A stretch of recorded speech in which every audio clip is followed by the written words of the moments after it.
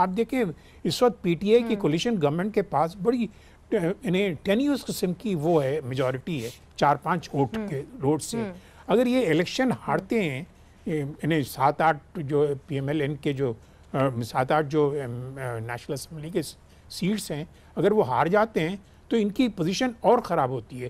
تو ہو سکتا ہے کہ انہوں نے ایک ایسی سچویشن کریٹ کرنے کی کوشش کی ہو کہ پی ایم ایل این کا ووٹر جو ہے ڈیمورلائز ہو جائے شہباز شریف کو اریسٹ کرنے کے بعد. لیکن میرا جہاں تک خیال ہے کہ اس کا اثر الٹا ہوگا، یعنی پی ٹی آئی کا ووٹر یہ سمجھ کے گھر بیٹھ جائے گا کہ ہمارا تو بندہ جیتے گا ہی جیتے گا، اور لیکن پی ایم ایل این کا جو ووٹر ہوگا بڑے یعنی وہ ایک ایجیٹیشنل موڈ میں ہوگا، وہ آ کر ووٹ کرے گا. تو اس لیے مجھے لگتا ہے کہ یہ بڑی یعنی ایک سیاسی یعنی قدم نہیں تھا، بلکہ یہ چال غلط کھیل گئے. ہاں جی ہاں، آپ کا کہنا یہ ہے. مگر ملک صاحب، جس طرح متی صاحب کہہ رہے تھے کہ آپ کے لیے تو ایک بہت بڑا المیہ بن گیا ہے کہ آپ سب کچھ تو عمران خان کے اوپر ڈال دیتے ہیں، مگر عمران خان صاحب کی حکومت اتنی با اختیار نہیں کہ جو کام آپ کے خلاف ہو رہے ہیں وہ اس کے پیچھے ہوں. دیکھیں منیزے، گورنمنٹ کی فارمیشن سے پہلے جو صورتحال تھی پری الیکشنز وہ آپ کے سامنے ہے. جس طرح کی نگران گورنمنٹ کے ٹائم پر یا اس سے پہلے جب مسلم لیگ کی اپنی حکومت تھی اور وزیر اعظم کو نااہل کر دیا گیا تھا، تو وہ ایک جو سلسلہ شروع تھا الیکشنز تک. پوسٹ الیکشن اب اوبیسلی اس نے ایک نیا ٹرن لینا تھا، اور پوسٹ الیکشن ایک گورنمنٹ جیسے تیسے بھی بنی، وہ گورنمنٹ بن کے آ گئی. اب اس حکومت کی ذمہ داری جو تھی وہ تو تھی ہی صحیح، لیکن انہوں نے کچھ ایک مائل اس سے آگے چلنے لگے اور نیب کے سپوکس پرسنز بن کر بھی وہ آ کے اپنی سٹیٹمنٹ کو دینے لگے، جو انفارمیشن منسٹر یا باقی کیبنٹ کے ممبرز. اور سو مچ سو کہ وزیر اعظم خود جب لاہور یہاں پر آئے، آ کر انہوں نے جو پریس کانفرنس کی وہ بالکل ایسے تھا جیسے کنٹینر پہ کھڑے ہو کے وہ بات کر رہے ہیں اور اپنے مخالفین کو تھریٹ کر رہے ہیں. مگر ملک صاحب قطع کلامی معاف، چونکہ یہاں پہ ایک پی ٹی آئی کا ریپرزینٹیٹیو نہیں ہے، تو میں آپ سے یہ ضرور کہوں گی کہ جب ان سے یہ بات پوچھی جاتی ہے تو وہ کہتے ہیں کہ جی دیکھیں دونوں بڑی جماعتوں نے، پاکستان پیپلز پارٹی نے اور پاکستان مسلم لیگ نون نے مل کے نیب چیئرمین اپوائنٹ کیا تھا. نہیں دیکھیں، اپوائنٹمنٹ کا یہ ان کی دلیل کسی صورت بھی کوئی ایسی نہیں ہے. یہ ذوالفقار علی بھٹو نے کیا ضیاء الحق صاحب کو چیف آف آرمی سٹاف نہیں لگایا تھا؟ یہ تو ایک عجیب سی منطق ہے، پتہ نہیں کیوں دلیل تو پھر غلطی کر دی آپ لوگوں نے. کیا وہ غلطی نہیں تھی ملک صاحب؟ نہیں دیکھیں، نہیں میں مطیع اللہ میں یہ عرض کروں کہ جب کسی کو آپ ایک آئینی عہدے پر ایک کنسلٹیشن کے پروسیس کے ذریعے لگا دیتے ہیں تو پھر آگے اس ادارے کی پرفارمنس اور اس چیئرمین کی اپنی ذمہ داری ہے کہ وہ وداؤٹ بائس، وداؤٹ انفلوئنس نہیں، اس کنسلٹیشن کا کوئی مقصد بھی تو ہوتا ہے نا ملک صاحب. نہیں، میں ضرور سمجھتا ہوں کہ ایک میننگ فل کنسلٹیشن کے ذریعے لگتے ہیں، لیکن جب آپ کسی کو کسی عہدے پر لگا دیتے ہیں تو پھر اس کے بعد ان کا یہ فرض تھا کہ وہ پوری ذمہ داری کو احسن انداز سے نبھاتے. اس میں کوئی ریفلیکشن نہیں آنی چاہیے تھی کہ کوئی زیادتی اپوزیشن کے ساتھ کر رہے ہیں اور انہوں نے شٹ آئے رکھا ہوا ہے ٹو دا گورنمنٹ کہ وہ لوگ جو گورنمنٹ کے تھے اور ان کے اوپر بڑے سیریس نیچر کے کیسز تھے، تو وہ جو پارٹیجن ہو رہا ہے کہ ان کی حد تک وہ اپنی ڈسکریشن اریسٹ کرنے کی نہیں یوز کرتے اور اپوزیشن لیڈر پر وہ کر دیتے ہیں. اپوزیشن لیڈر کی گرفتاری باہر صورت پارلیمنٹ کے اوپر ایک بڑا سنگین حملہ ہے، اور یہ اس طرح کا واقعہ کئی دہائیوں کے بعد پیش آیا. ہمیں یاد پڑتا ہے کہ خان عبد الولی خان، متی اینڈ ضیاء صاحب would be in a better position اس کے ان بٹوین تو شاید کسی اور کو اریسٹ نہیں کیا اگر وہ بھی اتنے فلمزی گراؤنڈز پر جس طرح کی ہیں. جی تو یہ جب گورنمنٹ کی فارمیشن پوسٹ الیکشن، اب یہ سارا برڈن گورنمنٹ کے اوپر جائے گا. ملک صاحب مجھے اجازت دیجئے، مجھے وقفہ لینا ہے. بات یہ ہے کہ آپ کہہ رہے ہیں کہ بڑا یہ گھمبیر مسئلہ ہے، آپ نے لیڈر آف اپوزیشن کو اریسٹ کر دیا ہے، مگر ہمیں یہاں پہ اپوزیشن بھی کوئی خاص مضبوط نہیں نظر آ رہی، اور جس طریقے سے اپوزیشن کو متحد ہو جانا چاہیے تھا وہ نہیں ہو پائی. یہ فیلئر کس کا ہے؟ یہ فیلئر تو عمران خان صاحب کا نہیں ہے. اس پہ ہم بات کریں گے وقفے کے بعد.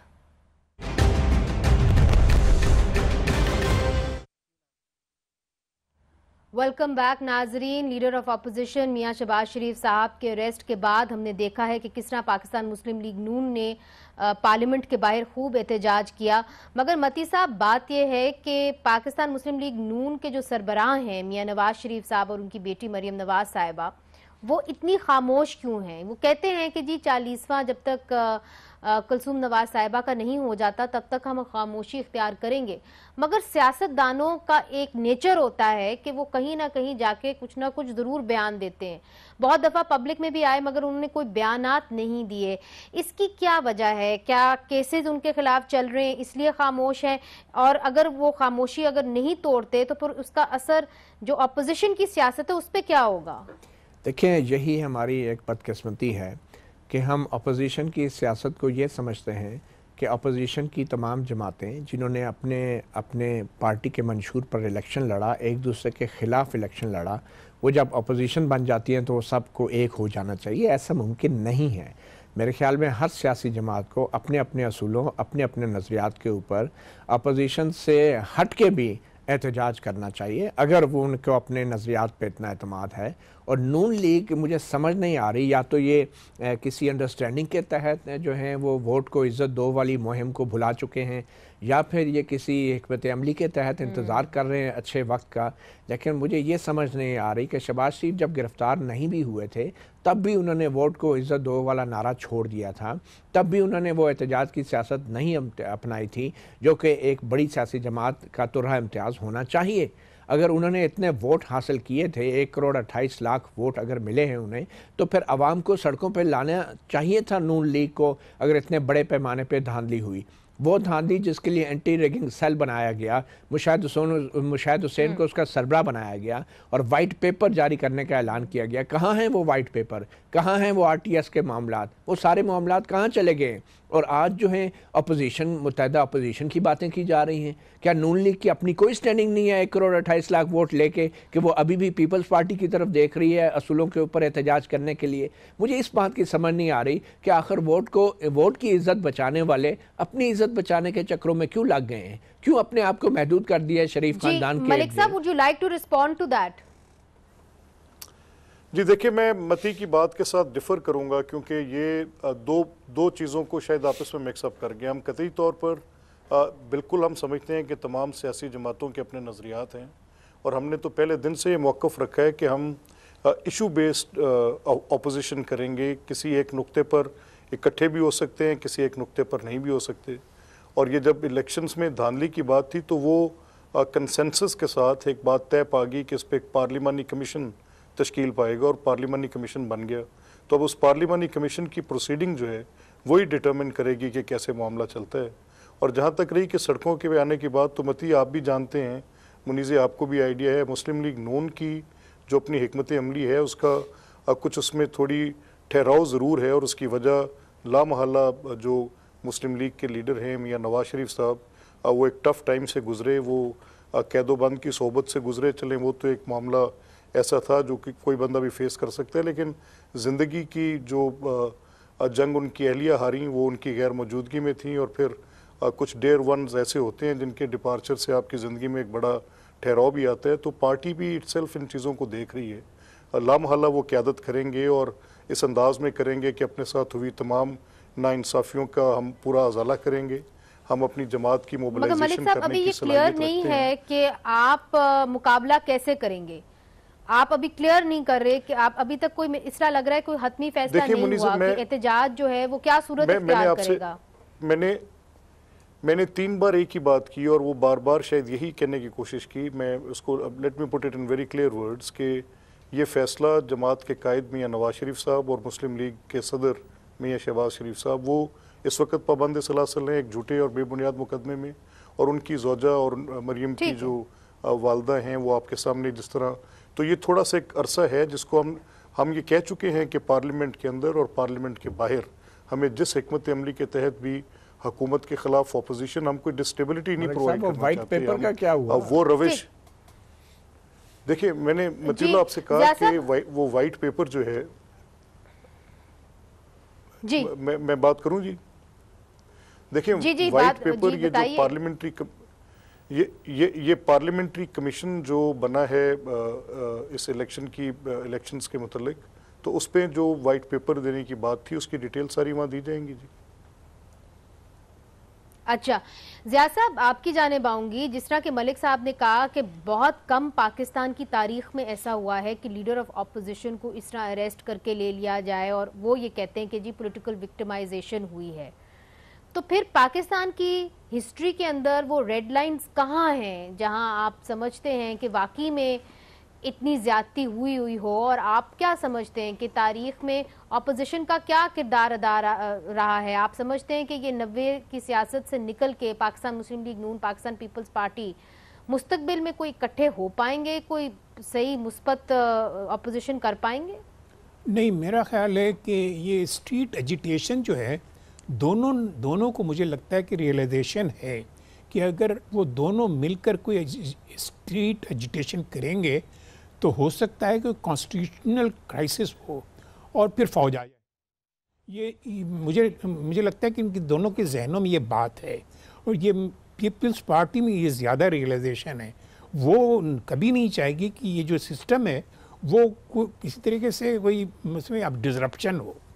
اور مجھے جس انداز سے پیپلز پارٹی اور پی ایم ایل این نے اس پوری الیکشن کے بعد پوسٹ الیکشن پیریڈ میں اپنا بیہیویئر رکھا ہے، مجھے اس سے یہ لگ رہا تھا کہ ان کا کوئی ارادہ نہیں ہے کہ اس حکومت کو گرانے کی کوشش کریں گے.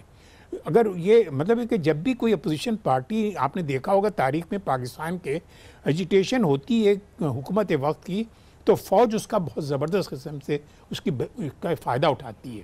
تو میں نہیں سمجھتا کہ یہ دونوں پارٹیز اس قسم کوئی کرائسس کریٹ کرنا چاہ رہے ہوں. اور جہاں تک اس بات کا تعلق ہے کہ مثال کے طور پہ مجھے تھوڑا سا وقت دے، میں اس پہ بات کرنا چاہوں گا کہ اگر آپ کو یاد ہے جب ضیاء الحق صاحب کا پیریڈ ختم ہو رہا تھا، اس زمانے میں ان 10 سالوں میں پاکستان کو 50 سے 70 بلین ڈالرز ملے تھے ویریس سورسز سے. لیکن جب ضیاء الحق صاحب کا انتقال ہوا تو ہمیں نہیں پتا کہ وہ 50-70 بلین ڈالر کہاں گئے. تو اس زمانے کے فائنانس منسٹر کو بھاگنا پڑا آئی ایم ایف کے پاس 150 ملین ڈالر کی سٹینڈ بائی ارینجمنٹ کے لیے. تو انہوں نے کہا کہ جب تک نئی حکومت نہیں آئے گی ہم آپ کے ساتھ یہ سائن نہیں کریں گے. پھر بے نظیر صاحبہ کو ایک ایسے پروگرام پہ سائن کرنا پڑا الیکشن کے بعد جو ان کا پروگرام ہی نہیں تھا.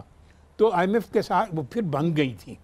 تو اس کے بعد جو سچویشن کریٹ ہوئی تھی وہ تو آپ کو پتہ ہے کہ نہ ان کی اتنی میجورٹی تھی اسمبلی میں، نہ ان کا کوئی اکنامک مینجمنٹ میں ان کا کوئی کنٹریبیوشن ہوتا تھا. اس کے بعد آپ مشرف کے پاس آ جائیں. مشرف کو 2001 دسمبر میں پی آر جی ایف ملا تھا آئی ایم ایف کی طرف سے، اس میں 10 بلین ڈالر ان کو ملے تھے. اور ہاں، میں گوئنگ بیک ٹو بے نظیر کا زمانہ، ضیاء الحق کے آخری دنوں میں سب بہت زبردست قسم کی لوڈ شیڈنگ ہو رہی تھی اس ملک میں. تو بے نظیر واز فورس ٹو برنگ ان آئی پی پیس. اب اس طرف آ جائے مشرف کے وقت. مشرف کا زمانہ جو تھا نا، اس میں 10 بلین ڈالر ان کو ان انکمبرڈ ملے تھے پی آر جی ایف کے تحت. بہت سے لون گرانٹ میں تبدیل ہو گئے تھے اور بہت سے لونز معاف ہو گئے تھے.